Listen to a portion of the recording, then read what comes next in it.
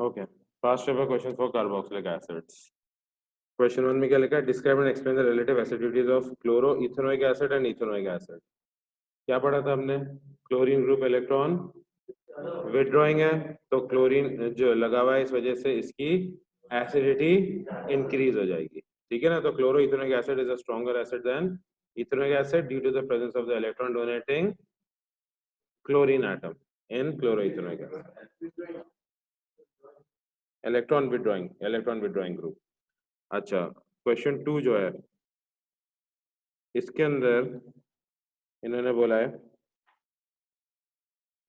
Dicarboxylic acid dissociate in stages. Dicarboxylic acid का मतलब होता है दो COOH ग्रुप कंटेनिंग। अब देखो स्टेज 1 में क्या हो रहा है, एक COOH ग्रुप जो है वो अपना H पॉजिटिव दे रहा है, और स्टेज 2 में क्या हो रहा है, दूसरा COOH जो है अपना H पॉजिटिव दे रहा है। ठीक है ना?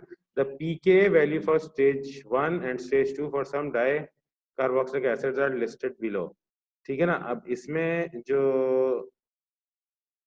1 2 3 है ये मोस्ट लाइकली एन को रिप्रेजेंट कर रहा है, राइट? यानी आर ग्रुप कितना बड़ा हो रहा है बीच में जो आर ग्रुप है। अच्छा, तो pK for stage 1 and pK for stage 2। अच्छा, स्टेज 1 का पीके कम है, इसका मतलब स्टेज 1 का जो प्रोडक्ट है वो ज्यादा एसिडिक है, और स्टेज 1 से जब स्टेज 2 में जा रहे हैं तो पीके वैल्यू बड़ी है। पीके वैल्यू बड़ी होने का मतलब एसिडिटी में लेसर इंक्रीज आता है। इसका रीजन याद रखना, देखो स्टेज 1 में जब पहला H पॉजिटिव रिलीज होता है तो कोई चार्ज पार्टिकल मौजूद नहीं है, चार्ज कंपाउंड आपके सोल्यूशन में मौजूद नहीं है। लेकिन स्टेज 2 के अंदर जब आपका दूसरा COO जो है वो अपना H पॉजिटिव रिलीज करेगा तो ऑलरेडी एक नेगेटिव चार्ज मौजूद है, वो नेगेटिव चार्ज उस H पॉजिटिव को अट्रैक्ट करेगा, विच मीन्स कि वो उसको आराम से रिलीज होने नहीं देगा। That means the number of H positive ion जो स्टेज 2 में रिलीज होते हैं वो बहुत कम है as compare to number of H positive ion जो स्टेज 1 में रिलीज हो रहे हैं, making stage 1 more acidic than stage 2। Individual stages का कंपैरिजन है, यानी स्टेज 1 में अगर सपोज 1000 में से 25 निकले H पॉजिटिव, तो स्टेज 2 में जो बाकी रह गए उनमें से सिर्फ 5-6 निकलेंगे। ठीक है ना? क्यों? क्योंकि एक नेगेटिव चार्ज ऑलरेडी मौजूद है इसके अंदर, और वो नेगेटिव चार्ज और वो जो नेगेटिव चार्ज है वो उस H पॉजिटिव को अट्रैक्ट करेगा, और उसके अट्रैक्ट करने की वजह से H पॉजिटिव जो है वो अगर रिलीज हो भी रहा होगा तो वो रिलीज नहीं हो पाएगा। तो बहुत कम H पॉजिटिव है जो रिलीज हो पाते हैं। तो स्टेज 2 हमेशा ऐसे सिचुएशन में लेस एसिडिक होता है देन स्टेज 1। ठीक है ना? अब इन्होंने N1 N2 N3 देखा है। अब इसमें देखो जैसे जैसे length of the R group जो दोनों कार्बोक्सिल ग्रुप के बीच में वो इंक्रीज हो रही है, तो स्टेज 1 की वैल्यू भी बढ़ रही है, विच मीन्स लेस एसिडिक होते जा रहा है। ठीक है? आर ग्रुप लंबी होगी तो एसिडिटी कम होगी, हमने यहीं से आज का चैप्टर शुरू किया था। तो आर ग्रुप बड़ी होती जाएगी तो एसिडिटी कम हो रही है, चाहे वो 1 से 2 हो या 2 से 3 हो। आप देख रहे हो there is an increase in pK value. Increase in pK value means decrease in acidity. लेकिन स्टेज 2 में देखो 5.69 is a bigger value, 5.61 is a smaller value, 5.41 is even smaller। इससे क्या हो रहा है, जैसे जैसे आर ग्रुप बड़ा होता जा रहा है, ठीक है ना, वैसे वैसे जो नेगेटिव चार्ज है इट इज मूविंग अवे। तो वो जब दूसरा H पॉजिटिव रिलीज होगा उसको जब अट्रैक्ट कर रहा होगा तो उसका अट्रैक्शन में कमी आ रही होगी, क्योंकि बीच में आर ग्रुप बड़ा हो गया है। ठीक है ना? तो negative charges further away from the H positive ion that is being released. ठीक है ना? ये इसका लॉजिक है, ये इसमें नहीं पूछा है, आई डोंट नो पूछा है कि नहीं पूछा है इन रियलिटी, लेकिन ये जो डाइकार्बोक्सिलिक एसिड है ना, ये लॉजिक आपको आना चाहिए। ठीक है? कि डाइकार्बोक्सिलिक एसिड के सवाल बहुत दफा आ चुके हैं। अच्छा, अब क्या पूछा है? For comparison the pK of ethanoic acid is 4.76।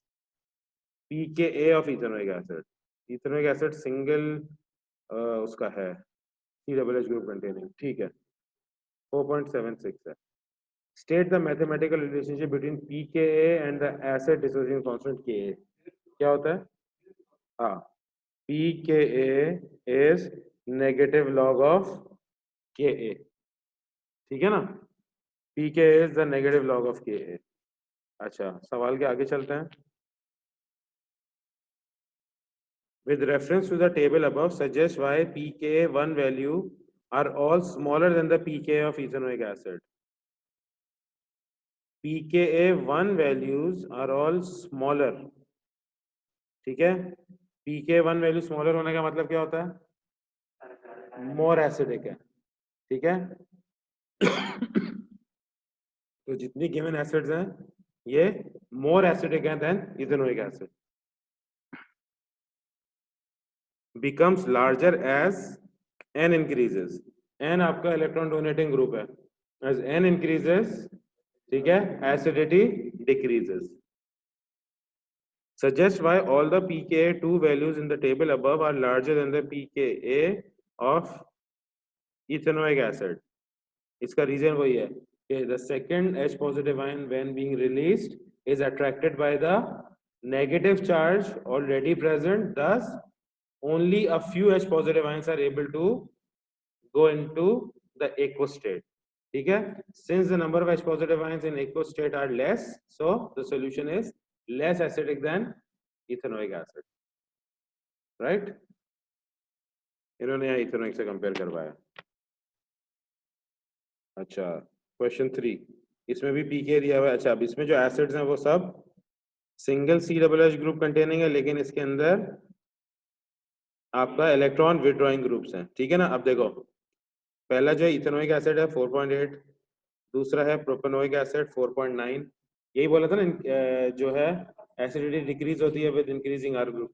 अच्छा, तीसरा जो है वो प्रोपेनोइक एसिड है, लेकिन उसमें क्लोरीन लगा हुआ है on the carbon next to CH, उसकी वजह से वैल्यू 2.8 हो गई, ज्यादा एसिडिक हो गया।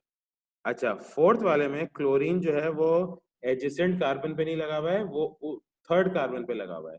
अब थर्ड कार्बन पे क्लोरीन के लगने की वजह से वैल्यू हो गई 4.0। इससे क्या पता चला कि अगर इलेक्ट्रॉन विड्रॉइंग ग्रुप जो है वो CH से करीब है तो उसका असर ज्यादा होता है एसिडिटी पे, और अगर वो CH से दूर हो जाता है, किसी और कार्बन पे लग जाता है, तो उसकी वजह से जो एसिडिटी इंक्रीज होती है वो डिमिनिश्ड इफेक्ट होता है। ठीक है ना। तो क्लोरीन जितना दूर हो जाएगा CH से उतनी एसिडिटी में कमी आ जाएगी। अब यहाँ क्या पूछा है? State the mathematical relationship between pK and the acid same, pK is equal to negative log of K. Next, with reference to acidity explain the difference in pK values between acid 1 and acid 2। acid 2 is less acidic than acid 1 because its pK value is greater the pK value, weaker the acid। Acid 2 and 3. Acid 3 has an electron withdrawing chlorine atom attached to it, which increases the acidity, therefore its value is lesser than acid 2. Acids 3 and 4. The electron withdrawing chlorine atom is further away from the CH group, thus its electron withdrawing effect is diminished, because of which the acidity is lesser। The closer the electron withdrawing group is to the CH group, the greater would be the acidity। Fourth, the table lists some organic acid and their pKa values. Again, ethanoic acid, chloroethanoic acid, amino ethanoic acid। ठीक है। State the relationship between pKa and the strength of the acid। pKa और strength की क्या relationship है? The smaller the pK value, the stronger the acid। ठीक है ना। तो इसमें स्ट्रॉन्गेस्ट एसिड कौन सा हुआ? क्लोरोइथेनोइक एसिड, उसके बाद इथेनोइक एसिड और फिर amino ethanoic acid.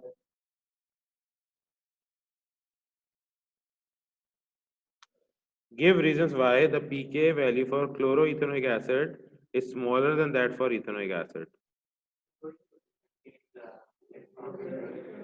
Electron withdrawing Cl atom, because of which the acidity increases। ठीक है ना। अच्छा, next, a series of 12 separate experiments is carried out as shown in the table। Complete the table by writing in each box a tick if a reaction occurs or a cross if no reaction occurs। ठीक है, अब बताओ पहले जो है ये क्या है? पहले इनके फंक्शनल ग्रुप्स आइडेंटिफाई करो। कंपाउंड 1 क्या है? एल्डिहाइड है। कंपाउंड 2 मीथेनोइक एसिड, गौर से देखो, ठीक है। कंपाउंड 3 क्या है? कीटोन। और कंपाउंड 4 क्या है? Oxalic acid. पहचानो इन्हें अब जी। ऑक्सैलिक में आपको मैंने बताया था ना कि अब वो ऑक्सीडाइज होगा, ठीक है। अगर बीच में एक भी CH2 ग्रुप आ जाएगा तो वो ऑक्सीडाइज नहीं होगा, ठीक है ना। इस वजह से ऑक्सैलिक को स्पेसिफिकली पहचानना है कि दो COOH ग्रुप एक दूसरे के साथ मौजूद है। अब बताओ, हॉट एसिडिफाइड MnO4 माइनस यानी ऑक्सीडेशन, एल्डिहाइड ऑक्सीडाइज होता है, मीथेनोइक एसिड ऑक्सीडाइज होता है, कीटोन होता है नहीं, ऑक्सैलिक एसिड होता है यस। एल्केलाइन I2 यानी आयोडोफॉर्म टेस्ट, एल्डिहाइड आंसर करता है, ये वाला स्पेसिफिकली करेगा, क्योंकि जिस कार्बन पे C डबल बॉन्ड O है उसके बराबर में एक CH3 ग्रुप होना चाहिए, जो कि यहाँ पे है, तो ये आंसर करेगा। यहाँ पे मिथेनोइक एसिड आंसर करेगा नहीं करेगा। ये वाला कीटोन आंसर करेगा, जिस कार्बन पर C डबल बॉन्ड O है उसके बराबर में CH3 है, तो ये करेगा। ऑक्सैलिक करेगा नहीं करेगा, ठीक है। Warm with Tollens reagent, aldehyde, methanoic acid, ketone, oxalic acid है, एल्डिहाइड ग्रुप है ऑक्सैलिक एसिड में नहीं है ना, तो टॉलरेंस रिएजेंट तो एल्डिहाइड का टेस्ट है, नो, ठीक है।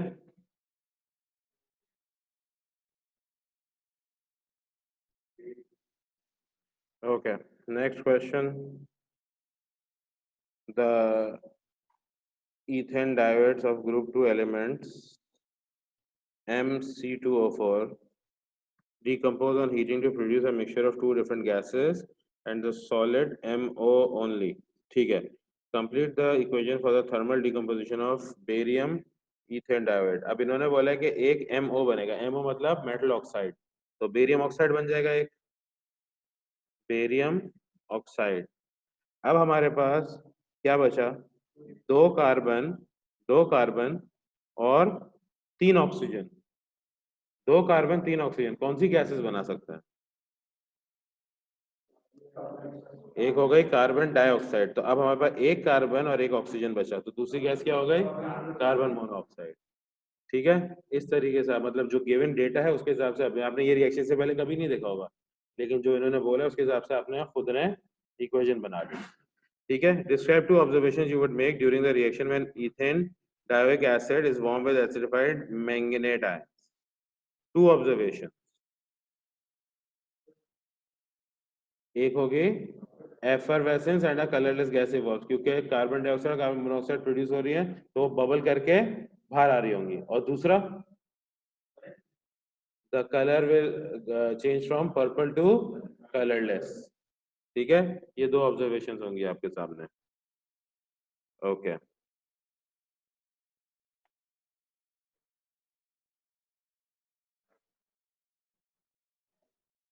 Three substances shown all have some acidic properties, ठीक है। प्रोपेनोइक एसिड जी, ऑक्साइड्स खुद से इंसॉल्युबल होता है, okay. Three substances shown all have some acidic properties, okay. Propanoic acid, propane 1-ol and phenol. Write an equation for the reaction between propane 1-ol and sodium metal.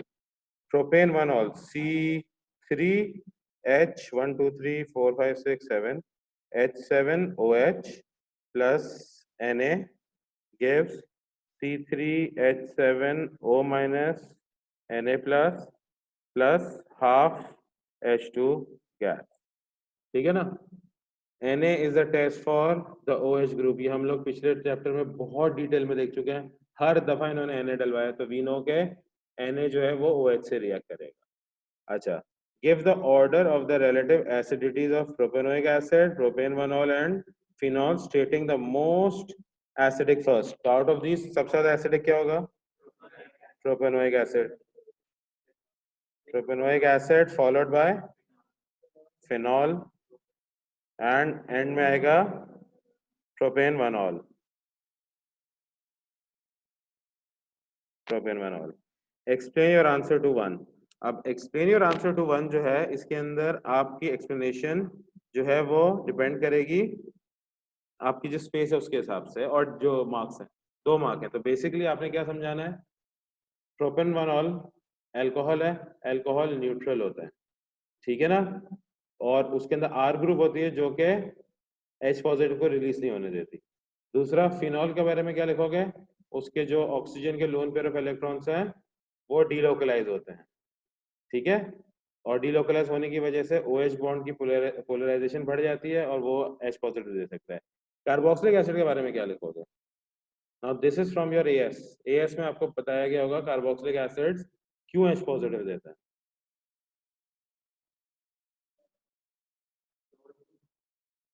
इधर देखो, R C ओ O H, ठीक है। अब इसके अंदर इस वाले oxygen पे पार्शियल नेगेटिव चार्ज है, इस वाले ऑक्सीजन पे पार्शियल नेगेटिव चार्ज है, ठीक है। ये दोनों नेगेटिव चार्ज इसके पार्शियल पॉजिटिव चार्ज को बैलेंस कर रहे होते हैं, लेकिन एट द सेम टाइम जो नीचे वाला ऑक्सीजन एटम है इसके पास एक पार्शियल पॉजिटिव हाइड्रोजन भी है। अब ये जो पार्शियल पॉजिटिव हाइड्रोजन है ये इस वाले ऑक्सीजन का जो नेगेटिव चार्ज है उसको कम कर रहा होता है, ठीक है। क्योंकि इसको कम कर रहा होता है तो जो ये वाला नेगेटिव चार्ज कार्बन को बैलेंस कर रहा होता है, कार्बन के पॉजिटिव चार्ज को, उसमें हिंड्रेंस आ रही होती है, यानी मॉलिक्यूल में जो है वो डिस्टर्बेंस क्रिएट हो जाती है बैलेंसिंग ऑफ चार्जेस में। तो होता क्या है, अगर कार्बोक्सिलिक एसिड पानी में क्यों, क्योंकि पानी में ऑक्सीजन जो है वो H पॉजिटिव को अपनी तरफ अट्रैक्ट कर लेगा, ठीक है। पानी के अंदर ऑक्सीजन अगर इसका H पॉजिटिव को अपनी तरफ अट्रैक्ट कर लेता है तो C डबल बॉन्ड हो, सिंगल बॉन्ड हो, H पॉजिटिव जाने के से नेगेटिव चार्ज तो आ जाता है, लेकिन होता क्या है कि ये जो दोनों ऑक्सीजन एटम है अब ये कार्बन के नेगेटिव चार्ज को आराम से बैलेंस कर रहे होते हैं। तो जो एनायन बनता है that anion is more stable than the carboxylic acid itself, ठीक है। That is why release of the H positive ion is preferred. लेकिन रिलीज कम क्यों होता है, क्योंकि याद रखना कि H पॉजिटिव आयन पानी भी अट्रैक्ट कर रहा है और जो उसका ऑक्सीजन है कार्बोक्सिल ग्रुप का वो भी अट्रैक्ट कर रहा है। तो जो टूट सकते हैं बॉन्ड एनर्जी की मौजूदगी वजह से वो टूट जाते हैं, वरना बॉन्ड्स नहीं टूटते। That is why it is a weak acid and there is an equilibrium between the dissociated ions and the undissociated acid। अच्छा, नेक्स्ट पार्ट सी क्या बोल रहा है इसका देखते हैं। Methanoic acid has a similar acid strength to propanoic acid. Methanoic acid has a similar acid strength to propanoic acid. Okay. Describe a chemical test to distinguish between these two acids. Name the acid which gives a positive result in this test and describe the observations you would that would be made. Methanoic acid or propanoic acid? किसके साथ? Heat with acidified KMnO4. Methanoic acid will undergo oxidation and the observation would be change of color from purple to colorless. Propanoic acid will not give you this. अच्छा, इन्होंने जो ये statement लिखा था कि has a similar acid strength to propanoic acid, इसका मतलब ये था कि आपको जो टेस्ट देना है वो एसिडिक ग्रुप का टेस्ट ना हो, ठीक है ना। इस स्टेटमेंट ये आपको इसके स्टेटमेंट से खुद पिक करना था कि जो टेस्ट आपने देना है वो एसिडिक ग्रुप का टेस्ट नहीं है, और मीथेनोइक एसिड है तो आपको जो टेस्ट देना होगा वो एल्डिहाइड ग्रुप का टेस्ट होगा, ठीक है।